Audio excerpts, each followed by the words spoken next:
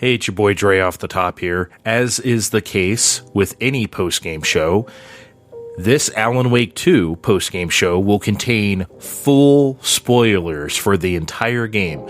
We're not going to hold back anything. This also includes spoilers for the first Alan Wake game, as well as a couple of just little minor things about other Remedy games such as Control or Quantum Break, but nothing too crazy there. The spoilers you actually need to worry about here are for Alan Wake 2 and the original Alan Wake. If that's not something you want to hear, we totally understand. We'll catch you next time on Fine Time or after you've beaten Alan Wake 2. But if you're going to continue on with us, enjoy the show. Fine Time, Fine Time, Fine Time.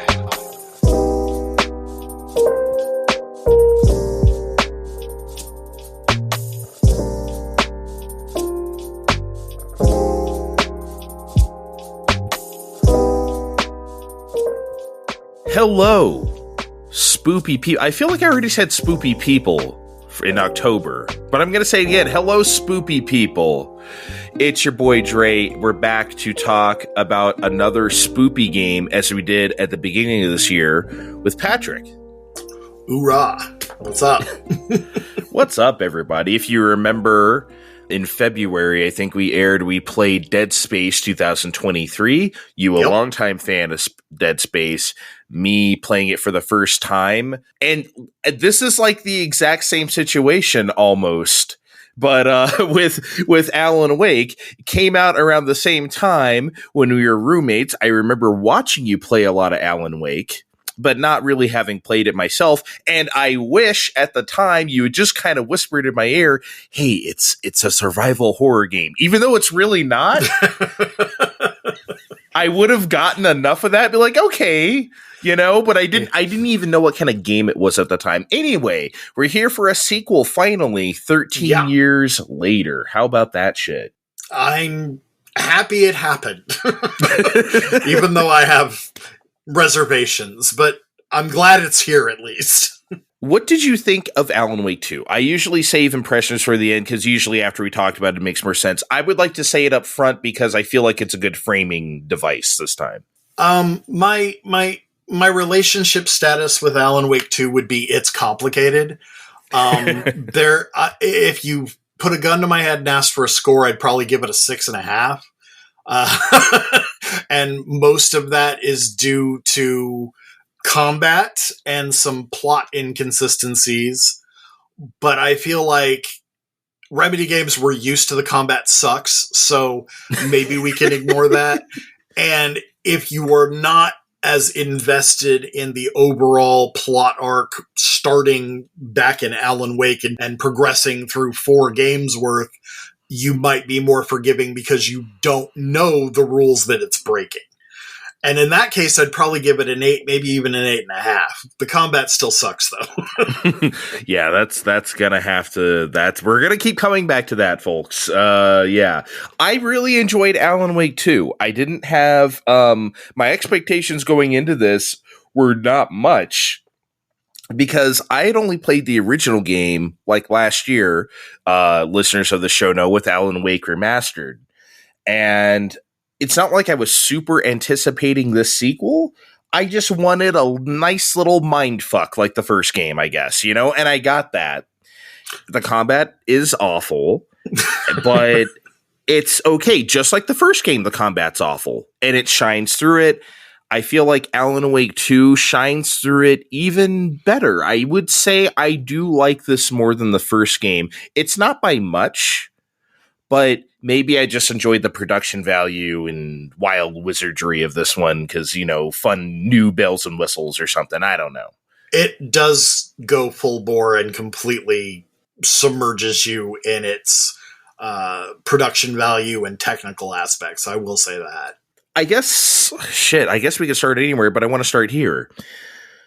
Like I said, I played Alan Wake Remastered last year, and one of the things I felt about that game is that its teen rating really kind of held it back. There was definitely some things that they shied away from that they couldn't really show. And I wonder what was up with that. Were they just contracted by Microsoft Studios to deliver a teen-rated game? That had to have been the case, probably. I imagine that there probably was some studio interference there to push it down to a T, but I don't think it hurt the game. I think in some ways it did it a service. In the same way, I think the M rating is warranted and needed on the sequel. They're almost different genres. As Alan says, Departure, the story of Alan Wake 1, is a mystery, whereas Return and Initiation are horror. And that escalation, I think, serves it very well. Yeah, I guess so. I guess there was just a couple. I see now it's hard for me to remember the finer details now, as I am wont to do. But like, I do remember the saying last year on the show after I played it. It's like, I kind of, there's a couple things here where you could feel like they were definitely holding back. It doesn't ruin the game by any means. It's not like a RoboCop 3 situation where it's like, I'm not watching this, or RoboCop 2014 where it's like, I'm not watching this PG-13 bullshit, But it's not like that where it just completely ruins the concept. But it definitely was a little bit, but I'm glad this game doesn't hold back. But I do get what you're saying. Let's just start. Okay, this was the most impressive thing to me. So I want to talk about the mind place and just the different tone of this game, because it's not just more survival horror. It's more adventure game, detective-y. You're surveying crime scenes. I mean, it's not LA Noire, right? But you are definitely going to different parts and being like, ooh, what's that? Ooh, what's that? And then you can instantly shift to another plane. I still don't know how this is possible technologically, fast loading or not, but you just kind of shift to literally into your mind, a mind place, and you can put stuff on your evidence board and figure it out from there. This is such a departure from the first game that it's wild. I didn't really look at any pre-release footage or on purpose of this game, so I didn't even know that was going to be a thing. But I liked it. It really allowed the game to like have a completely different feel from the first. Just the tone of the game by like working out stuff in this way, whether it's like puzzles in the game or just the plot. I just thought, I don't know. In general, I love this concept. I wouldn't mind if every single game ripped off this concept. Yeah, the mind place mechanics I thought were very impressive, especially, the fact that it is basically instantaneous to pop in and out of it and use all the features. Saga's board with the conspiracy notes with the string and the thumbtacks was really interesting. I think it went underused in some respects, but then in some respects they did too much with it, especially like Copy World, where you have to keep linking the things to make the items appear while you're being attacked, because it does not pause the game when you're in the mind place. Yeah, I made sure I was under a light or something. Yeah, if at all possible, but like sometimes it's not. But overall, I thought it was really cool, and the way it interfaces, especially at the end of the game, the final mind place sequence with Saga, where she's basically giving herself a "you suck" speech and refuting it with evidence. And it's like, this is so weird, but I like it. It was so crazy. They went ham too. They weren't holding back. My favorite one, it made me laugh out loud because of how crazy it was, where it's like, it had the trailer in, that not outside of Bright Falls where she lived with supposedly with Logan. Watery. It's like Watery, and it's like you took her away from her father, and now you live in this backwater shithole or something like that. Yep, I was like, whoa. That was pretty good. I knew it was going to get interesting from the first time she encountered Rose, and she was talking about Logan being dead or whatever. She's like, "What the fuck?" And and like one of the times on the board, she's like, and it puts like, well, Logan's, and then she crosses that herself. It's like, no, Logan is not dead. You know what I mean? She puts her own like shit. It's like, whoa, okay, this isn't just gonna be, you know, so we're gonna do some interesting stuff. I really enjoyed all the stuff there, though. Yeah, and then continuing the Logan is dead, I thought it was kind of funny in the reason you suck sequence when you have to put up Logan is dead on that board, and then she X's it out, but it goes back into your evidence, and so you have to put it up again. You have to put it up like 8 times. Yeah. And then the subtext gets increasingly like wild. Yeah, it's really crazy.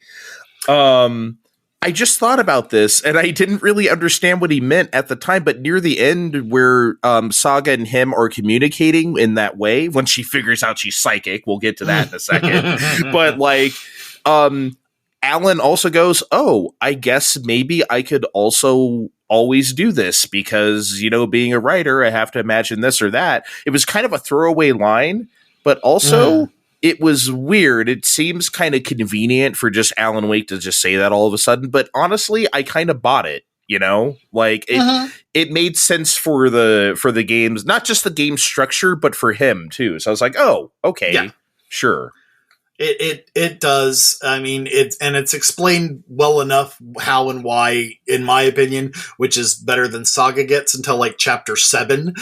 Yes. You know? And Alan's board, I think I liked it even more than Saga's, just because one, the technical aspects of the overlaid live action typing, and then the screen shifts and it doesn't even try. And I'm like, you just went through 3 environments in 2 seconds. What the hell?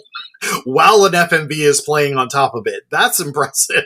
Just crazy stuff. The way a lot of the environment shifted, I was in there just poking them like, oh, what does this place look like with this queue? Even if it didn't do anything important, it was still like, what is this one? What is this one? And they're just so out there sometimes. And then some of them just punch you right in the dick. And it's like, what? When you do the devil in the hallway of the hotel, that is God. Like, what the hell? That was wild. I mean, we're already getting there. So let's get into these technical aspects, because this game let me start here. If this might have the best like facial motion capture I have ever seen. I've never seen anything like this. It made my eyes pop in a way not since like, remember the first time we saw L.A. Noire? God, we're talking about that game again for some reason. And the first time we saw the facial animation, that was like a big breakthrough because a game hadn't really done that before. And that was like 2 generations ago. And it's still impressive. This game is a high watermark for me. I couldn't believe it. Even just the beginning, before you even talk to Rose, because that's where I went, whoa, holy shit, her face.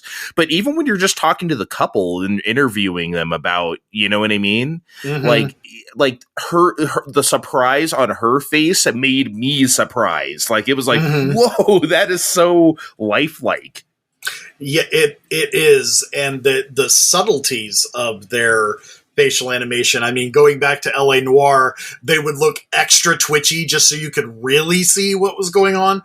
Yes. So they looked like exaggerated jokes. I mean, it was great for the time, but, you know, but Alan Wake, you get subtle expression shifts that are, you know, kind of almost subconscious that you're responding to them, but they're there. And that level of detail and ability to do that was just like, holy crap.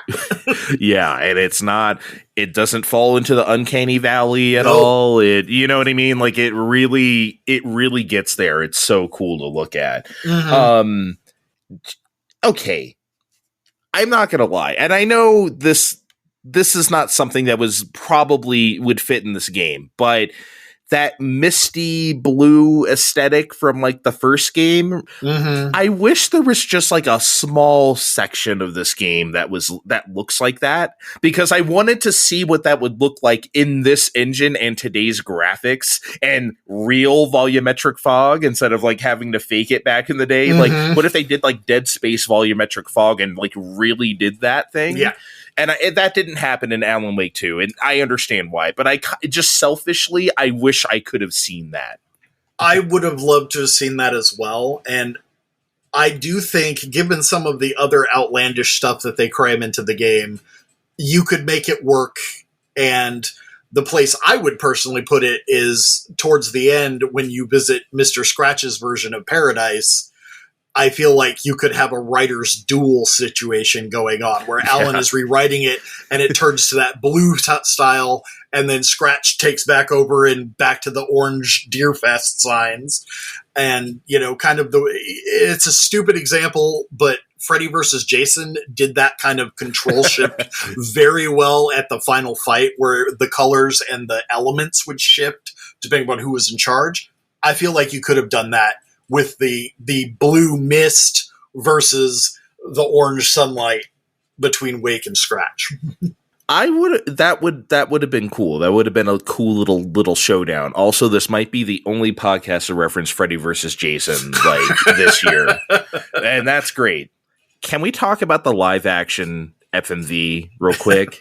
Because it's not just because okay, in Control, I feel like it was just kind of flavor, here's a real person in this overlaid in this cutscene. Okay, that's cool. Mm-hmm.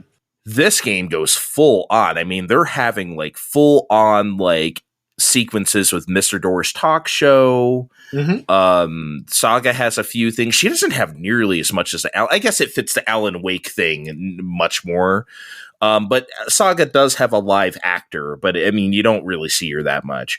But it's more the Alan Wake story, and it just blew me away. I think it blew me away because of the surreal nature of it. It's wait, these are just real people, but it fits the dream.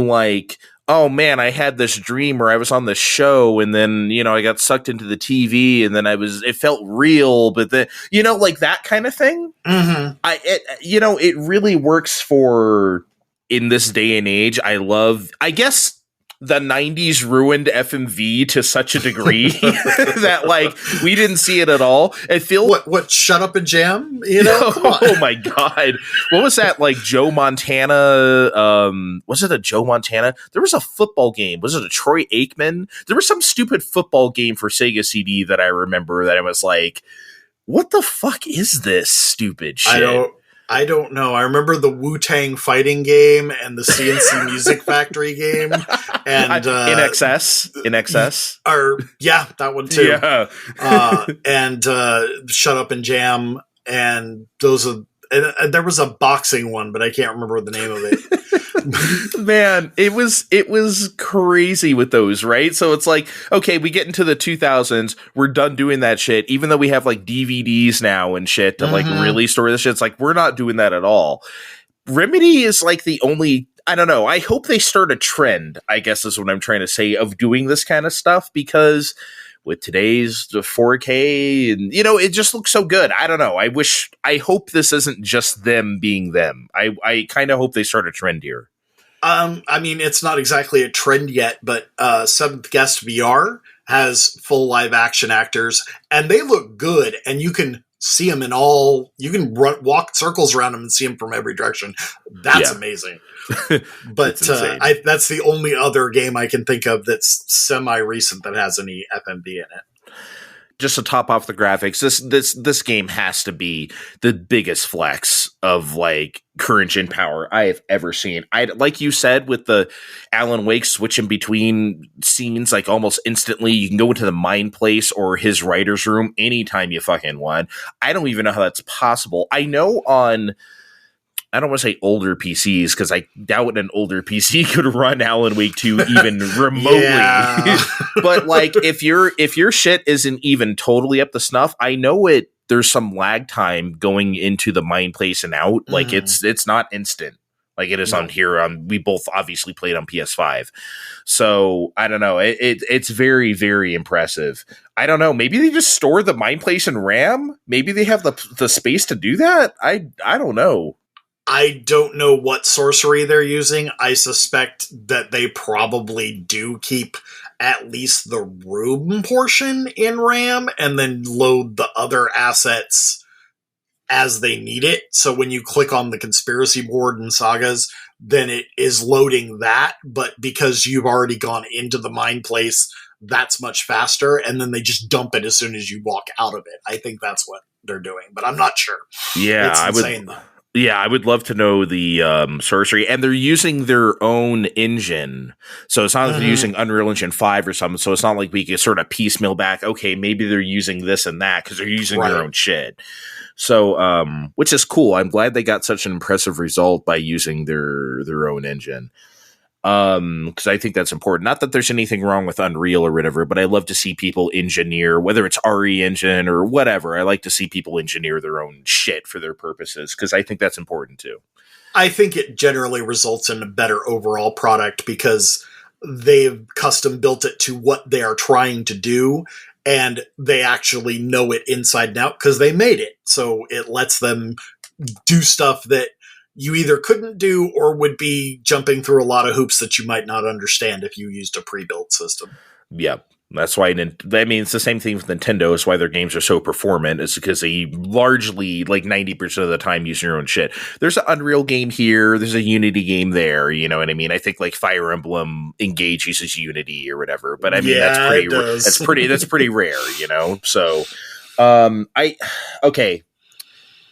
I have to ask you this because we're both men of the 90s, and I must ask that would you have ever thought of Poe again if not for Alan Wake? Because I wouldn't have. When I played Alan Wake Remastered last year, I was like, oh shit, this lady. I remember her, you know, like, and it's perfect though. Her music works so well for Alan Wake. I'm glad someone there was a super fan of hers or whatever, because it's really good in the first game and it's really good in this game too. All the music's great, but I just never thought like Alan Wake would be the game to make me remember the very minor alternative radio hit Angry Johnny, right? So, which I like. I'm not trying to dunk on Poe. I really liked her music at the time. I just completely forgot about her personally.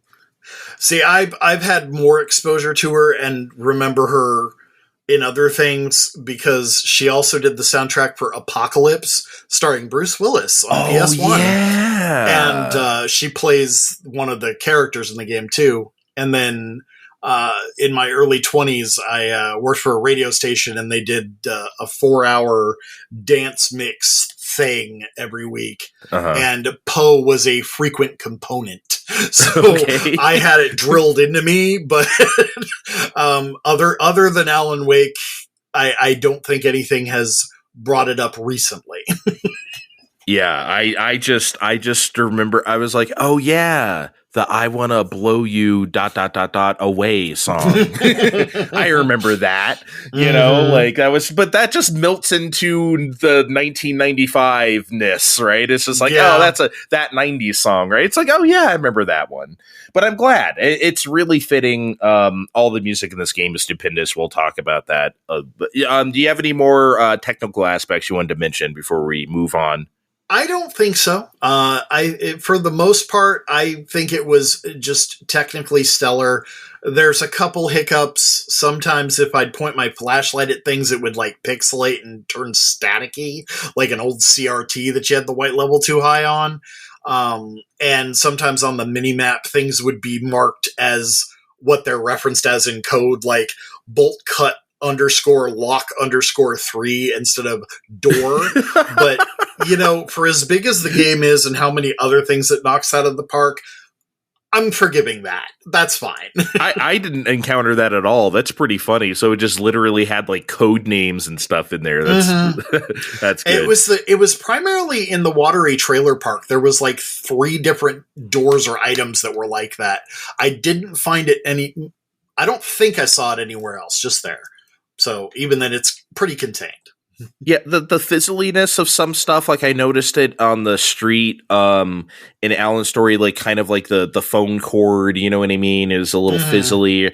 I think I'm just going to, I don't know if this game is using it, but I'm sure it is. I'm just chalking it up to some sort of reconstruction technique like FSR or DLSS or whatever, because usually though it's, you know, like the things that raise up the ceiling from a lower resolution. It's like, oh, this is running at 1080p. Let's use this reconstruction technique to make it 4K. Some games do it really good. Like, I don't know if you played Returnal, but that game's like looks like fucking flawless. You can't even tell in that game. But like in Dead Space 2023, like some of the sparks and stuff, you can see it's a little fizzly or whatever. So it's not too bad in that game. I guess it's just more noticeable in Alan Wake 2. It's not an artifact that particularly bothers me too much.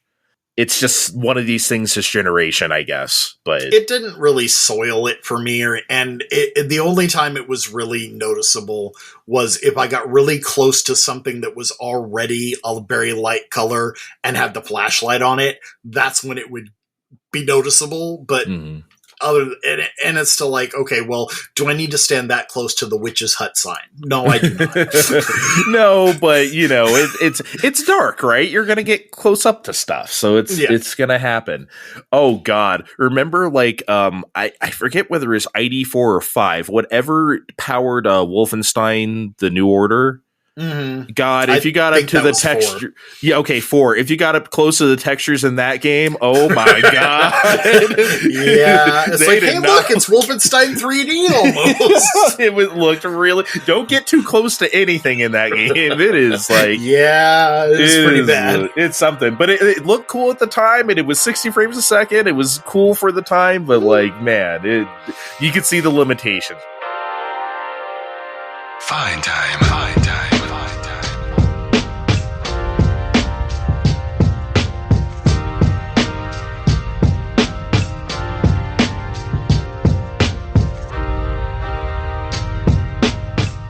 We've stalled long enough. We need to talk about how shitty this combat is, and I want you to start. You lay into it.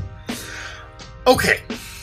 The first issue that I have with the combat is the enemies can appear basically anywhere. They don't make noise. They don't give you any warning that they're appearing. They're just fucking there.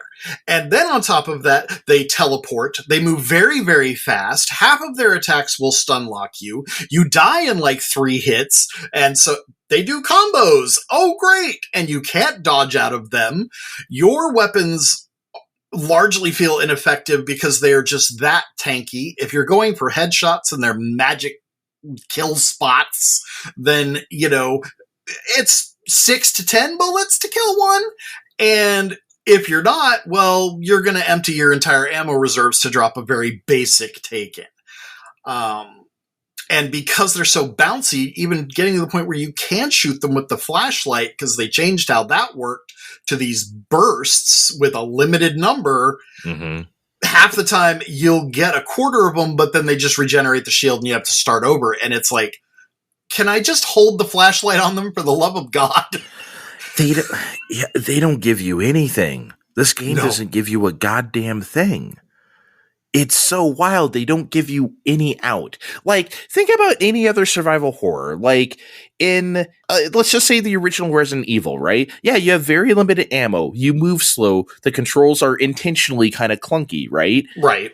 But the zombies are slow. They shuffle around, and that's the reason why. Because it balances the entire thing. And they give audio cues. And they're not particularly bright sometimes. So you have a chance. You do have plenty of chance. The only thing that really comes after you is what? A hunter? And even then, they're just kind of running on a line right at you. So you could just kind of stand there and pop, but you gotta be ready. There's that one hunter in the garden, I think he is, by the fountain, who is absolute bullshit because he's parked just off screen. And as soon as you get to that screen, he can jump on you. And because he's parked there, he's not making noise. That's a dick move. But for the most part, everything else was fine. Yeah. Oh, that I think that's also the one that can behead you instantly. I'm pretty sure it can do that. Yeah. Or it's like, wait a second, what the fuck just happened to me? You know? But that's like right after you save, it's not a big deal. It's one bullshitty game. It's one bullshitty thing in a game that typically is not bullshit. Alan Wake 2, and the first game for that matter, every single encounter feels bad. So basically, you touched on all of them, but just to recap, you can die in a few hits. That sucks. The enemies move really fast and fairly unpredictably. Because you're trying to line up a shot, especially with Alan too. You're trying to land up a shot, and they just kind of lost smoke monster right up to you and just start hitting you. It's like, okay, not only did I lose my bullet, which is very precious, but now you're just hitting me. They take a lot of shots to go down, as you said, and the reload times for these weapons. What, you mean you don't like 9 seconds to try to reload his 5-shot pistol that doesn't do shit anyway? I mean, holy fuck!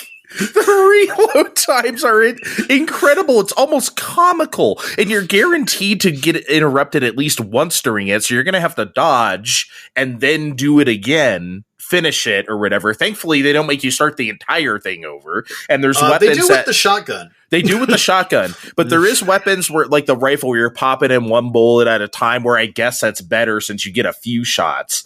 But like, Jesus Christ, man! Like I said, this game doesn't give you a goddamn thing. All those things basically combine to a pile of suck. And I'm gonna admit it. When I got to Saga's final area, the rock concert, and I died a few times, I just looked at myself in the mirror and I was like, you know, fucking what? I'm sorry. I just turned the difficulty down the story and I left it there. I'm sorry. And you know what? I don't like to do that for a few reasons. One, I don't like to give the game an out because, like, if it sucks, I should be able to talk about it. I don't feel like I should have to come on here and say, just turn it down the story and you'll be fine. I feel like that's a failing on the game that I should acknowledge instead of here's how you fix it, you know? And I don't think I should do that. Also, just talking about the game I don't really think of these shows as reviews necessarily, even though I guess they are. But to review the game, I need to be able to say why it sucks. And if I turn it down to story, I can't really do that. So that's because you haven't experienced it in its fullness. Exactly.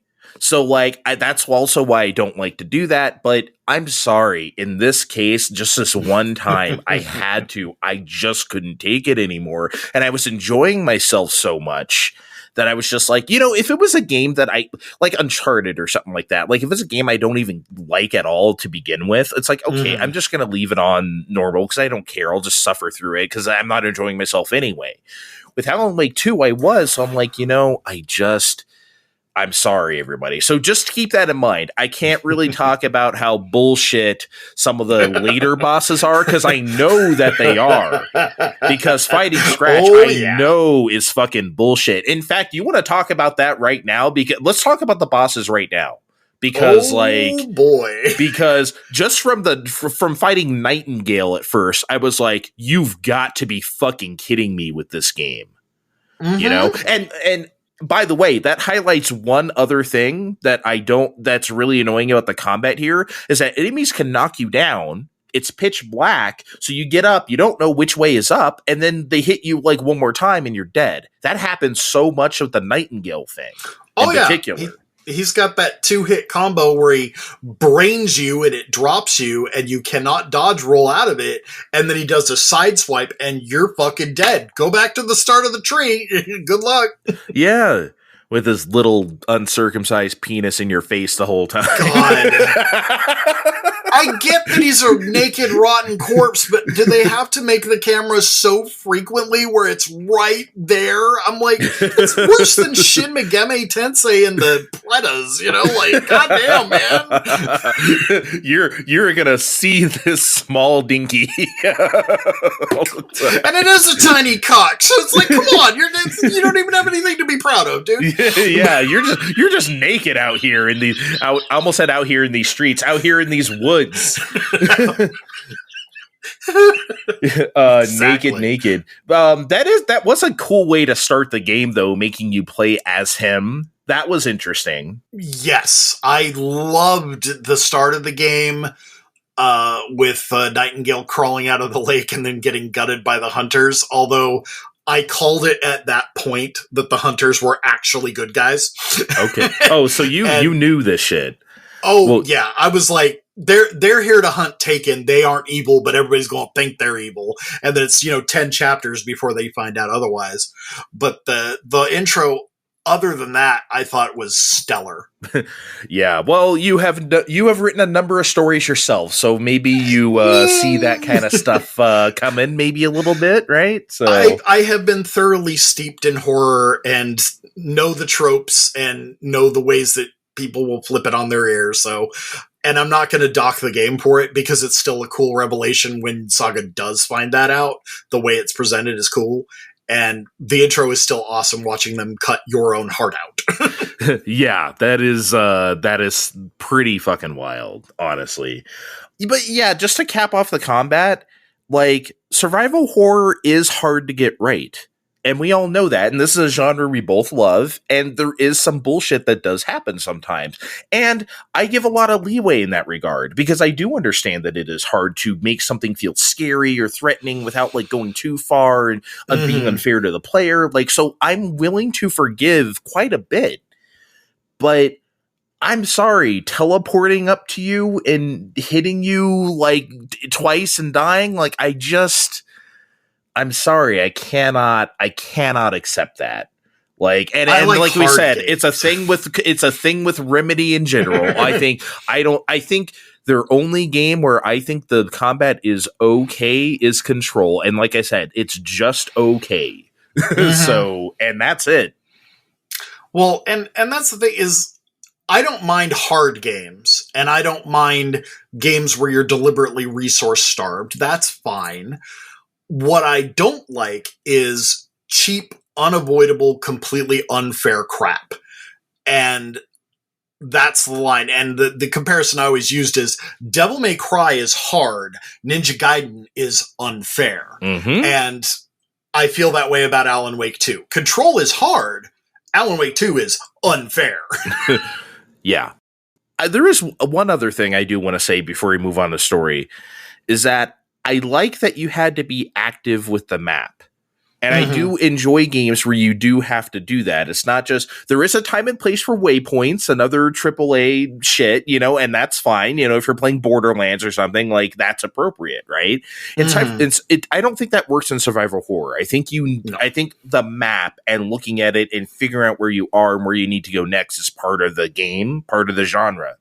And yes, I'm glad they realized that here in Alan Wake 2. Yeah, no, if they had just put glowing purple dots on where are we going, I would have really hated this game. I'm like, no, I like the feeling of occasionally being lost or getting turned around, and the map, it has its own button, so you can go directly to the map, and it loads instantly, so, you know, there's no problem of boink, oh, that's what's going, okay, I see where I'm going, boink, and you're good. Remember in old Resident Evils, it's like black screen, I'm unfurling the map with the sound, and then like 3 seconds, it takes forever, it's like, we're so spoiled now. Yeah, a little bit. Yeah. Oh, yeah. The inventory, I get that limited inventory is a thing with survival horror games, but the problem is the game likes to rain down goodies that are essentially useless for most of the game. Coffee cup charms, oh, good, I could take 4 hits instead of 2, and then it breaks. So, whatever, who cares, you know? Oh, yeah. Crossbow bolts, oh, for the most useless weapon in the game? That's wonderful. Here, have 50 of them. And the fact that they combine that with very limited stacks, like the coffee cups always take up 1 slot, the arrows, you can only get 4 arrows to a slot, but literally you will find 50 in an area. Yeah. You know, the limited stuff is really irritating. You only have 2 of each healing item in a stack. And then there's the super flare. What is it? A rocket flare, I think they call it. Only 1 to a stack. You cannot discard them. So they just sit in your inventory, sucking up a space until you use them. And they're not that effective. Alan's flare gun or just a regular flare is honestly a better option. So there's no reason to use them. Yeah, there's no reason to use those. I used like one of those and it was just like, okay, I guess. I mean, I could just be using the flare gun and I think I will. Yeah. Yeah, so I understand what you mean. I didn't really have any problems running out of space too much. Well, the crossbow is ridiculous because literally every shot you have to put it down on the ground. You're reloading, and it's just like, look, if I have a weapon that's 90% reloading, it better be a fucking bazooka. I'm not doing this for like a crossbow bolt. One per time, and it is powerful. Don't get me wrong, but like, come on, like I'm not. Jesus Christ. Well, if the game would let you, like, sneak up on Taken, then it might have a purpose, but 99% of them are charging you and aware of you before you could see them. And even then, they have their stupid darkness shield, so you have to hit them with the flashlight, which makes them aware of you. So it's like, it would be a great stealth weapon if the option was there, but it's not. No, this game does not It's have good on stealth. the wolves, though. It will one-shot the wolves, who are some of the most bullshit. Yeah. So it does have one purpose, but it's not worth the inventory space. Thankfully, there's not a whole lot of... I was afraid of some fucking encounter where it's like, okay, you gotta fight these 6 wolves or some shit. I'm glad they didn't do that shit. I'll just wait till final draft mode. That drops, I think, 2 weeks. Yeah. Oh, really? Okay, that soon. Yeah. I'm definitely interested in the DLC for this game. So yeah, I bought the Big Dick Edition because I knew I was going to buy the DLC. I'm totally down with the 2 they announced, but then they were also doing just a free title update for everyone. They're calling it Final Draft Mode. Apparently it's a new game plus with rearranged enemies, some goals and conversations changed, and it's the equivalent of Nightmare difficulty in Alan Wake 1. Oh, God. That's why I stuck on normal, because I'm like, I need the training to deal with Nightmare when they add it. Like, oh, God. Fucking God. Okay. Fine time, fine time, fine time.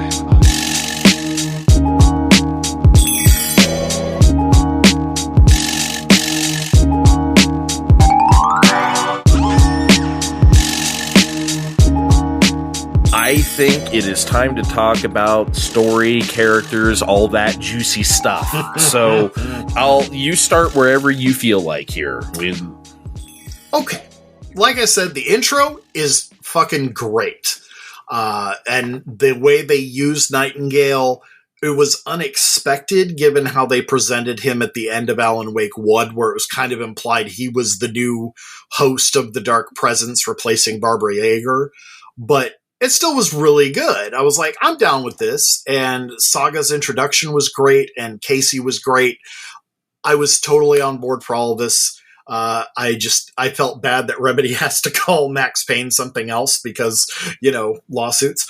But oh, really? I didn't know they didn't own the rights to the IP. They don't. Rockstar does. And oh, wow. Alex Casey was originally conceived as Max Payne, that Alan wrote the story of Max Payne. Oh. And that's also why they got, I think his name's James McCafferty. I apologize if that's wrong, but Max Payne's voice actor does Alex Casey, and Sam Lake, who did the visuals for Max Payne with his face. That's why he plays him, is because he's Max Payne in all but name. And so it was nice to see him, and it led to a lot of cool confusion of, okay, is he a real guy that Alan wrote, or is he just one of Alan's fictional characters that is alive because of Alan? And they never quite answer that question, which I'm like, but, so that was all great. I liked the nods to Control, which start happening once you get to Bright Falls. You'll find reports from the FBC, and then later on you'll find a few of their agents tinkering with a watch station. But I was very upset that Jessie didn't put in an appearance, because the AWE expansion for Control really seemed to be saying she's going to be in this one, and she doesn't. So that was kind of eh. That's interesting. Maybe she'll show up in DLC. She might. I think they're probably saving her for Alan Wake 3, though. Because from the thing he says near the end, I think she was written in a later iteration. I'll put it that way. So all that was great. The intro, the way it's presented, the first part of Bright Falls, everything's fine. And then they rescue Alan and it starts going off the rails. That's only like a fourth of the way through the game. I know. That's the problem. I mean, if I was coming into this completely clean, I would think it's great. I would have no problems with it. The problems are that from the point they rescue Alan forward, it's violating the rules of how this works that were set out in the original Alan Wake and that were reinforced in Alan Wake's Nightmares, American Nightmares, and Control, that the story that's being written has to be consistent, it has to be coherent, and it has to be believable. And the number of times it just flits off on a random tangent or contradicts what already happened or things like that, it's breaking those rules. So it shouldn't work, but somehow it still does. And that bothered me a lot. So that is interesting because they do acknowledge that, especially at the end, because they're like, we need to rewrite the ending of Return so it's believable. It needs to work within the story. They do say all that stuff. Right. You know? But they haven't been doing it for the whole goddamn game. Like, what are you doing, man? Eternal Deerfest. Yeah, that totally is in line with this horror novel we were writing. I mean, so why weird. not? It was funny as hell. It's a great sequence, don't get me wrong. But it's like, huh? You know what made me laugh about that sequence? It's like how they were just loudly saying, like, very literary, I think the protagonist in the story is very, like, they're talking about it so loud too. Like, it's so over the top. It's just the thematic elements are wonderful. Yeah. The use of the dark places depression is great. I'm like, oh my god, you're like a Portland writers group on steroids. What the fuck? Yep, it was so over the top. It was like someone's author's wet dream of like, when I become rich and famous, I'm gonna have a fest. It was just like so bizarre. I guess it was the whole point of the sequence in the first place. Well, that's basically what it is. It is Scratch's ultimate wet dream of being an egotistical narcissist. So that was fine. But, okay, well, actually, let's just say this. In what relative order did you play Saga and Alan's story, since you can flip between them? Basically what I did is like what they make you do. You play Saga first and you play Alan as at one sequence. And then I played a Saga for most of the time. And then at some point I got not bored. I was like, okay, let's see what's up with Alan. The musical happened. So I was just like, we'll get to that in a second. And then I was like, okay, I think that's enough Alan for now. And then I went back to Saga, played the rest. And then I went back to Alan and played the rest. So that's what I did. I did it basically the way the game forces you to. If you don't pick points to switch, it'll automatically do so. So it was Saga up till you rescue Alan, then it's the two initial chapters as Alan, then it goes back to the interrogation and your Saga again, and I was Saga up till the rock show, and then back to Alan up to, I can't remember where I think it's the Deer Fest is the break point where it forces you back to Saga, and then finish the game. So I let the game decide when to switch me. I was like, that's fine. Okay. Because they keep saying it to you, hey, by the way, you can switch if you want to, but it's like, okay, they keep telling you that. I think after like the third or fourth time, I was like, oh, fucking K already. I'll go see what's up with Alan. And then that happened. I was like, oh boy. Then I came back to Saga. And then, so yeah, that's what I did. I was just very invested in each character's story and wanted to see where it was going, and I didn't want to interrupt that with the other character's story. Yeah. So, I'm like, no, I need to know what's going on with Watery. Exactly. Exactly. Well, yeah, I thought that was more interesting from the outset than like Alan's looping. Not that wasn't interesting. I just thought the Saga stuff was more interesting, so I wanted to do that first. So early on, I remember I messaged you. And I said, Saga and the Mind Place. And I was thinking to myself, she's just psychic, right? She's just psychic because, like, that's how she can profile people and figure out where shit is. And then Casey's like, how the fuck do you do that or whatever? And it's just like, there should have just been some throwaway line, which is what we find out later, is that it just runs in her family. They can all do that. Which is fine. I'm totally okay with that. I just don't know why they took like 2/3 of the game to tell you that. I don't know either. I think they may have been trying to bury the lead that Saga is Tor's granddaughter, because even in the original Alan Wake, there's a couple of manuscript pages that reference the reason Tor and Odin were so successful with dealing with the dark place is they had gifts, is the way that it phrases it. So that plot thread's been there, and I think they were trying to bury the lead a little bit. They're like, oh, let's make her black and pretend that her last name doesn't match up and there's no possible connection, you know? Right, yeah. So it may have been that, but at the same time, it's so unwelcoming to new players in terms of the deep lore that I don't think they cared enough to do that. So I have no idea what they were doing. But one throwaway line would have fixed it instead of waiting till chapter 10. Yeah, it was just weird. And I guess, in a way, it's a cool... I hate to call it a reveal, because it's not really one, because we already knew. But the fact that when she starts talking to Odin directly... You know, and it's like they have this direct mind touch. And it's like, oh, are we fine? And then Saga's like, is my mind place more than just intuition? Gee, you no fucking shit. think? What tipped you off? I can read minds and, you know, completely lay out the motive of a murderer in 5 seconds, but it's just my brain works this way. I don't it's know. just I just know stuff. I don't know. Like, it's just I don't It know. just comes to me.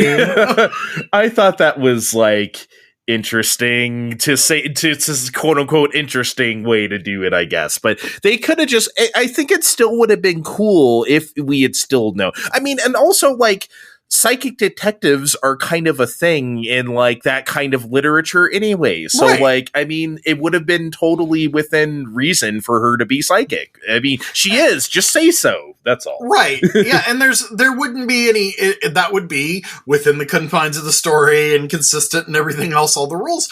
It's like, okay, so she's psychic. I'm like, Alan Wake is a reality warper. You've got Jessie running around somewhere with her oops and her telekinesis, you know. I'm like, and the dead are walking. I mean, is a psychic detective going to break anything? No. No, not at all. Especially with the way this game works, you know. All right, I guess let's talk about Scratch, I guess, because well, rather you talk about Scratch and then I will follow. Okay. I thought Scratch was an interesting idea when he was introduced in the original game, where he's basically Alan's doppelganger who's his bad writing made flesh, and he is to take Alan's place in the real world while Alan's trapped in the dark place because the scales must balance, yada, yada, yada. I'm like, okay, that's fine. That's cool. And then in American Nightmare, that's what he is. He's in the real world trying to fuck up Alan's literary world. Again, that's fine. The references to him in the AWE that Alice has a couple of notes in Control, and Hartman has a couple of notes in Control, and they all continue on that, no, Scratch is this douchebag that's acting like Alan and causing trouble, and that's fine. And then Alan Wake 2, it starts planting all these seeds that, okay, he's maybe sharing a body with Alan, which the way they did that was fine, and the presentation was good, and the hints were appropriate. And I was willing to look at that as long as they said something like, you know, oh, okay, he hitched a ride in Alan's head somehow, whatever. As long as they were maintaining that he is a separate physical being who has his own agenda and is doing his own shit. Yeah. And instead, they're like, nope, that's just what Alan is when he's possessed by the dark presence. And I'm like, then he's been out of the damn hole the whole time, so this is pointless and stupid. And then when they exorcise him in that stupid boss fight, he possesses Alex.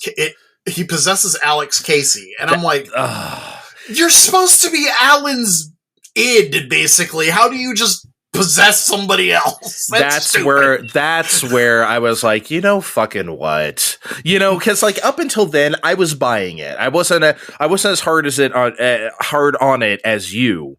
because I was just kind of like, okay, if that's the way they want to play it, fine. I think it's much more interesting if he is a completely separate entity unto himself, because I just think that's like literally just more interesting for a story, So I was just like, okay, I would have rather been that way, but if it's this way, fine. But then when he possessed Casey, I'm like, fucking what?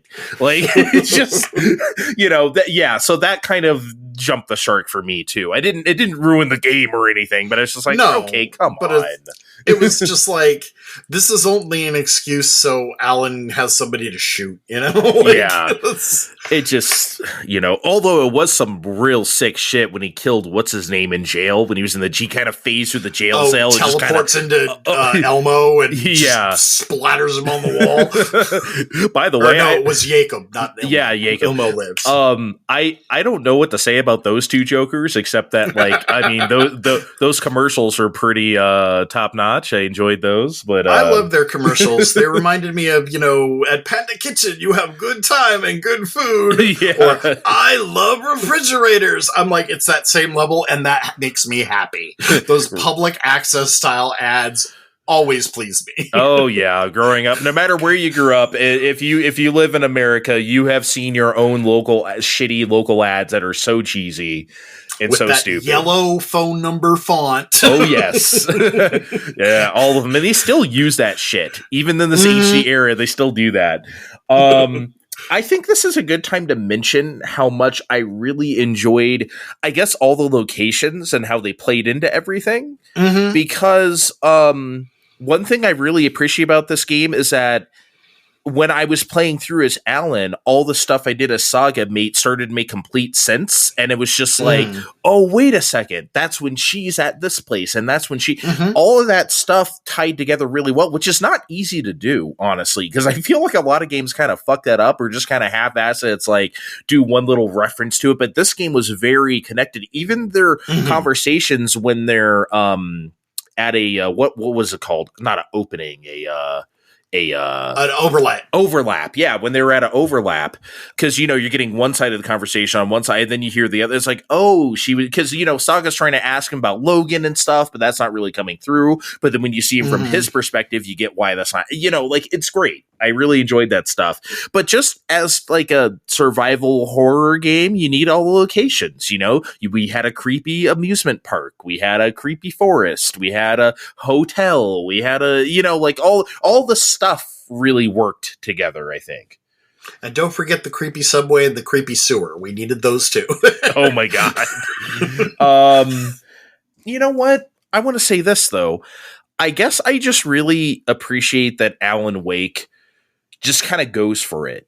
I think there's a lot of people, especially when the first game came out, because the environment was a lot more hostile to games like this, was that like, it just is itself. It's not apologetic for its wild literary bullshit, like its motifs. And like even the first game where people kind of harped on like some of the stuff like the crows and like the, all the symbolism. It's like, okay, I get it. But it's like, I like that they do all that shit and they don't hold back. I agree with you. I even with my quibbles with the game, I respect that Sam Lake and his team said, this is the game we want to make, and so that's the game we're making.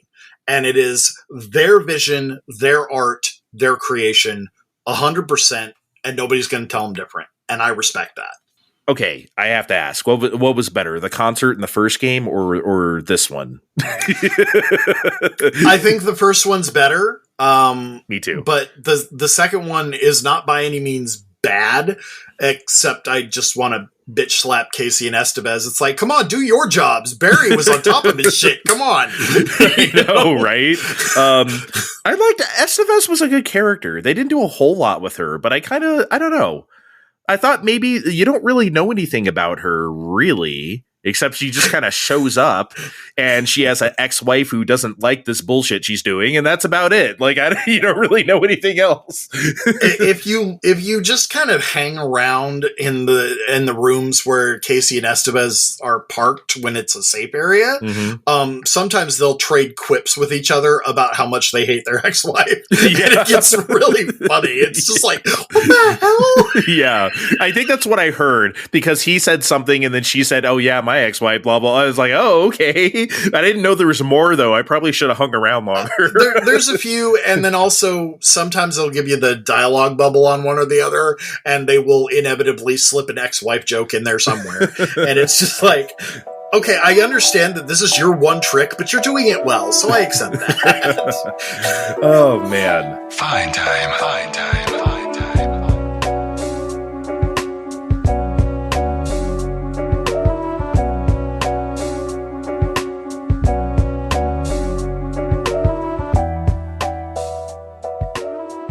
So, you've known me for a really long time, nigh 20 years at this point. And if you know anything about me, you know that I fucking hate musicals. I can't stand and you hate them. funny music too. Yeah, and funny music. You know I hate no that. parodies. No parodies, no fun, music, serious time. And I understand that's a failing on me, okay? I don't allow myself to have fun with music because I'm a shithead that way. So, okay, I get it. I admit that. This musical that happens in the middle of Alan Wake's story, unfucking believable. That was so cool. That was incredible. And if you know another thing about me, you know that I love video game spectacle. And that's why I like Final Fantasy 16. That's why I like Sonic Adventure, right? This is why I love this. The spectacle of it in just a game is crazy. And I'm sorry, we're just figuring anyone who is listening to this has obviously played the game, so they know exactly what we're talking about. Mm-hmm. Just everything, though. And you know why it's so cool? It's not just the fact that it's a musical and you're playing out this thing as they're singing about it. It's all the little things. Like, you know how, like, when it starts, and they have, like, the guy, because they're telling you where to go with, like, the giant FMV overlays, like, hey, over here, you know, like, someone's pantomiming, like, hey, go up these stairs, you know, like, and all that shit so you can get to the next part. It's wild, and it's all taking place in a studio, and it even has, like, the cues on the ground, like enemies, or, like, it has, like, the taped letters where it says, like, enemies, or items, or whatever the fuck, or weapons, and it was just like, holy shit, and it, you know, they have, like, some cardboard looking trees, you know, so they're trying to pantomime like it's like the fucking, you know, like it's the forest or something. And it's just everything about it was done perfectly. And I think that's why I think it was just the best. I know I feel like I'm doing like prisoner of the moment here, and I probably am. That was one of the coolest video game levels I have ever seen. Like straight up. That was incredible. I can't say enough good things about that. I am a split decision on that. Okay. I do agree with you that it is an amazing spectacle, from the presentation, the dialogue, the singing, and the fact that from a technical perspective, the way it's built is it does not just play a song while you're doing it. It hits certain beats when you go into certain areas, but it is programmed in such a way that it feels like that's just the natural flow. Yeah. And I was really impressed with how they did that, you know, because I'm off wanking around and looking at all the dumb stuff on the walls and everything, you know, and it's still kept on beat and flowed throughout. And I think that was really impressive. I love seeing Tor and Odin, you know, doing the go that way, up the stairs, you know, those were hilarious. And, you know, more Mr. Door is always fun. I did not expect him to actually sing, though. That was wild. Was like, what? They're actually, okay. I mean, Tor and Odin, they're played by people who are actually people in a band, Poets of the Fall. But the fact that Mr. Door and Alan both busted out singing, and it is their voice actors, they're just going for it. I'm like, okay. I think the sequence is great. It's beautiful. It's one of the best produced ones I've seen in a really long time.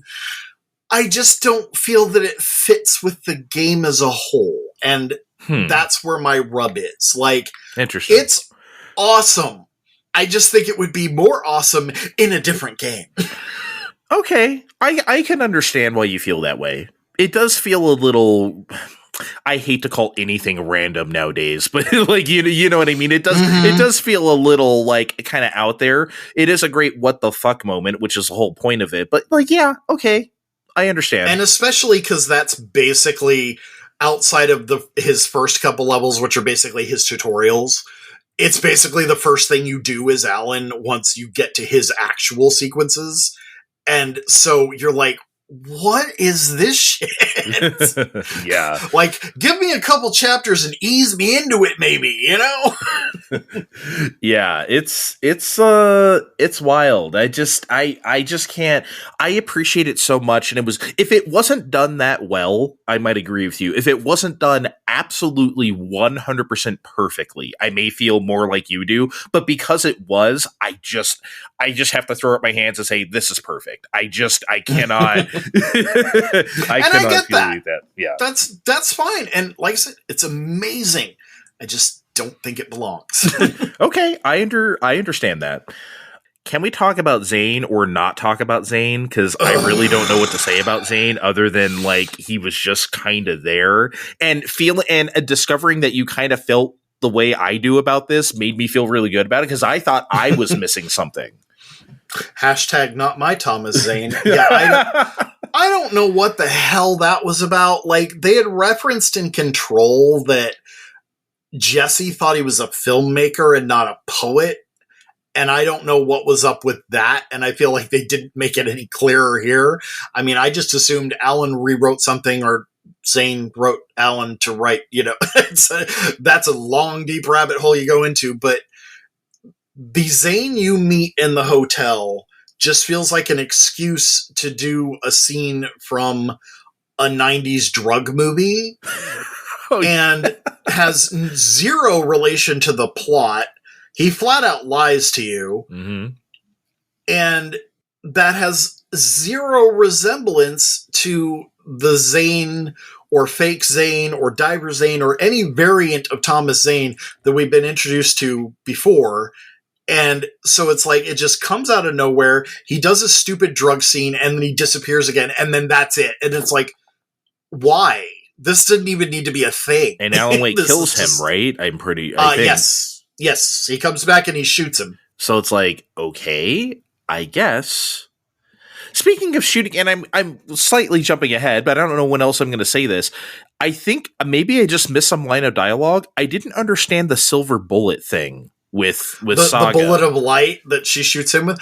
I didn't either. I don't know what's up with that. I forgot to put it in the notes that I was doing earlier, but yeah, I don't. I just found a magic bullet. Okay. Like, what? And I somehow loaded it into my gun when you weren't looking, and it, of course, perfectly chambers in my 38 special. And I'm going to shoot Alan with it, and that's going to fix it. And I'm like, okay. And then I'm going to call my daughter, but then the credits roll. Okay, It's over.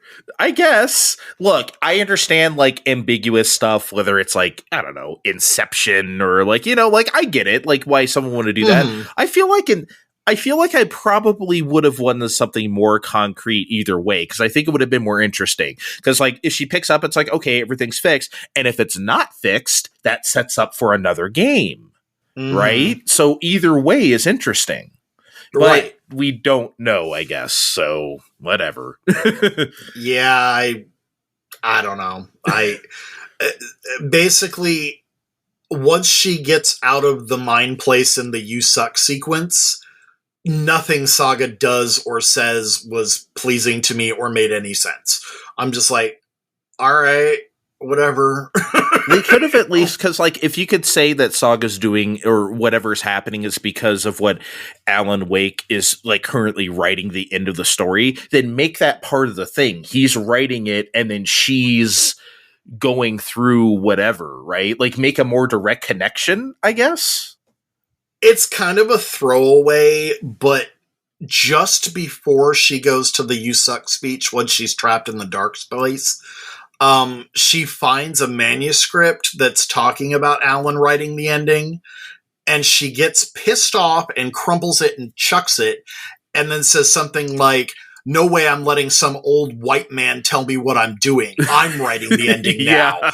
And I was like, whoa, where did that come from? What the fuck? That was wild.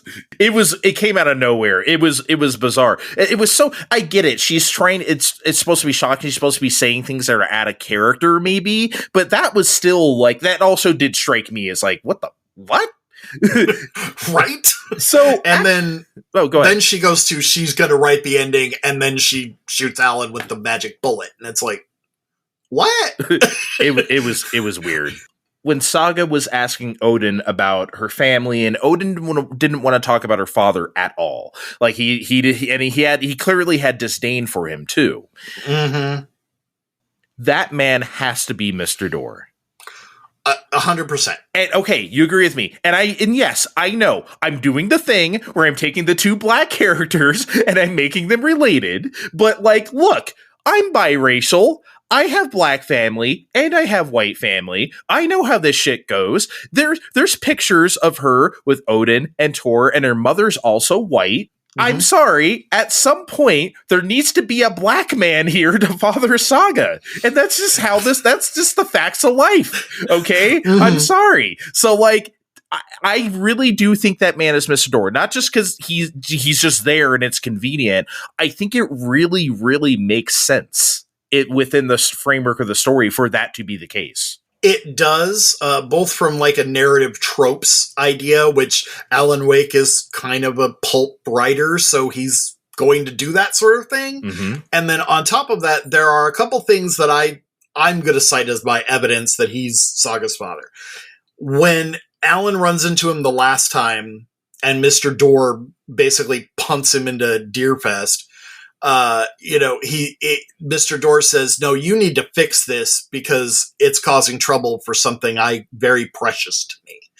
And he also earlier kidnaps the sheriff right before the sheriff hands Saga the page that basically says everything's fucked. Right. And so I'm like, I don't think it's too hard to assume that the something precious is Saga. And then also, at the very end, while Saga's stuck in the dark place, she's looking for a way out, and the sheriff tells her about Mr. Door's teleporters, but specifically says they don't work for him. They only work for Mr. Door. And then Saga uses one. And I'm like, so I feel like she inherited. So on one half, she's got dark place and psychic powers from Thor and Odin. And then on the other half, she's got the teleportation from Mr. Door, because he's the only other character who can do that. And it's explicitly stated that he's the only one who can do that. So I mean, what you're saying makes total sense. I forgot about the thing where his final conversation with Alan, where he says, I'm protecting something precious. I totally forgot about that. So that makes even more sense, And also I just feel like they didn't do enough with Mr. Door. I wanted more Mr. Door. I thought he was a really interesting character, and he's just not there that much. Yeah. I don't know. Out of all the dangling threads in Alan Wake 2 that I could complain about, whether it's Zane, this is the one, because I wanted more of that. His is the only dangling thread that's new to Alan Wake 2 that I'm concerned with. Everything else is either a rehash of the stuff we were already waiting for answers for and didn't get from the older titles, or gets resolved, or I'm like, I don't care what happened to Ilmo after his brother got teleport fragged by Alan. Right. I'm like, yeah, whatever. But Mr. Door is the dangling participle that needs to be resolved. And I'm like, God damn it. And I would like to see more of him. I'm hoping the DLC will do that, especially because it's titled Night Springs, which is the name of the show that Alan frequently wrote for on television, which is going to give him another inroad if he wants to continue being the TV show host. And one of the random commercials on one of the TVs has him basically doing the Rod Serling role for Night Springs. So we may get more there. I hope so. That's what I love about this game. We know it's fucking, what's the show called? Twilight Zone? Twilight Zone. Twin Yeah, we Peaks? know it's Twilight Zone, right? It just says Night Springs. They don't even give it. Like, I love that. Like, I think there's a lot of games or just developers in general just be like, no, we can't do something that. They don't care. They just did it. It's great. They just did it, and it works. It's fine. It really does. Yeah. I guess maybe I should have said this earlier, but it just comes to mind that, like, does any of this matter worth a fuck if you haven't played the first Alan Wake? Or rather, maybe I should put it this way. Can you just play Alan Wake 2? Because I'm not sure that you can. I think you can. I would love to know people who, I would love to talk to somebody who has only played this game, you know, and see how they receive it. Because, like, look, I'm not a fan of Control. I didn't even beat that game. I didn't play Quantum Break. I'm not, like, that invested in the Remedy-verse, if you will, right? And I really did enjoy this. So, I mean, again, it's not perfect by any means, but I think in my letter grade thing on Blue Sky, I gave it a B. So I really like the game. It's just that, like, I just wonder... I mean, it does do a decent enough job of onboarding. Like, if you haven't played the first game, they do reference it a lot, and they do talk about, like, what happens there. So maybe you don't need to play the first Alan Wake? I think you can come into Alan Wake 2 reasonably virginal and be okay. But really, the only things that you need to know that are imperative from what came before is Alan can rewrite reality, and the Anderson brothers fucked with the dark presence, and it still affects them. And I think I had a third thing that was important, but now I can't think of it, so it must not have been that important. And I think it was tied to Alan's reality warping in some way. But anyway, the concepts that are deeply relevant, they explain when they are important. So you can walk in fresh and still know what's going on, and that's fine. And in some ways, I feel that it would be better if you don't have the history of it. You know, I 100%ed Alan Wake on the Xbox. I did American Nightmare 100%, did Quantum Break 100%, Control 100%, Alan Wake again on PS5 100%. So I'm deeply buried in its lore, and I think that overall was detrimental to my enjoyment of the game. Okay. And so fresh, I think you can do it, and I think you'll like it more. All right.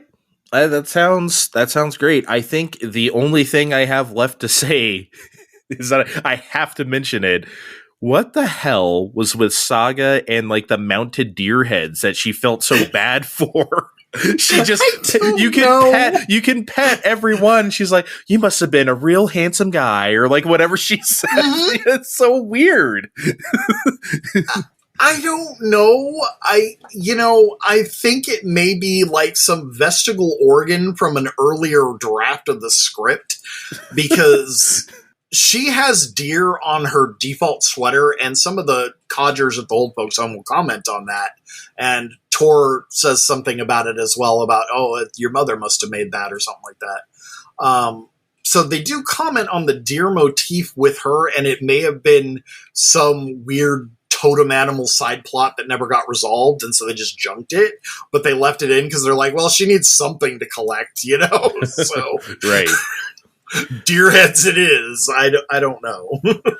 Yeah, it was just really, because, like, the first one, I was just like, oh, I feel so bad for you, or something like that. It was just like, okay, that's weird. But when she started saying, oh, you handsome fella, and just like whatever the other stuff she starts saying when she pets the other ones, I'm like, wow. Like 15 times. Yes. Like, it's so weird.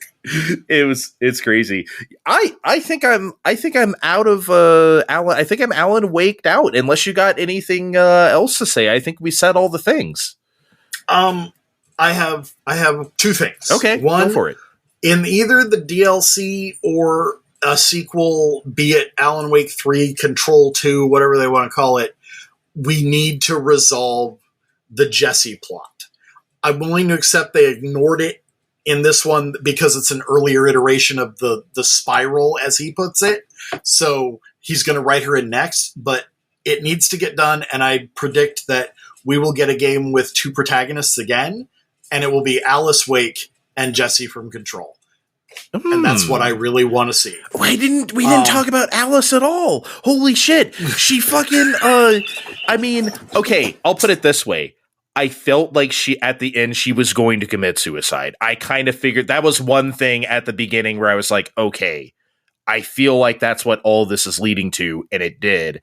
I didn't think she'd film it, but, that was kind of strange. But like, I like that whole subplot, but I think evidenced by the fact that I just forgot about it till now, almost like Zane, kind of feels like it feels a little disconnected from the game. It's just kind of a thing that happens because Alice is central to the first game. I guess they felt like she needed to be here as well, but like, see, I think Alice was more important and they probably could have done some more screen time for her. But one of the things you may or may not have noticed, the photo of the clicker that Saga uses to get the clicker back is actually Alice's photo. That's where it comes from. So she's tied back to that. And then her suicide is revealed in the post-credit sequence. She jumped into Cauldron Lake. That's how she got back to the dark place to rescue Alan. And I liked that. I mean, I pictured her suicide coming one way or the other, but then they flip it around at the very end and say, oh, she didn't kill herself. She's just coming after you. And it's like, I like that. That's a nice stinger. Yeah. I'm cool with it.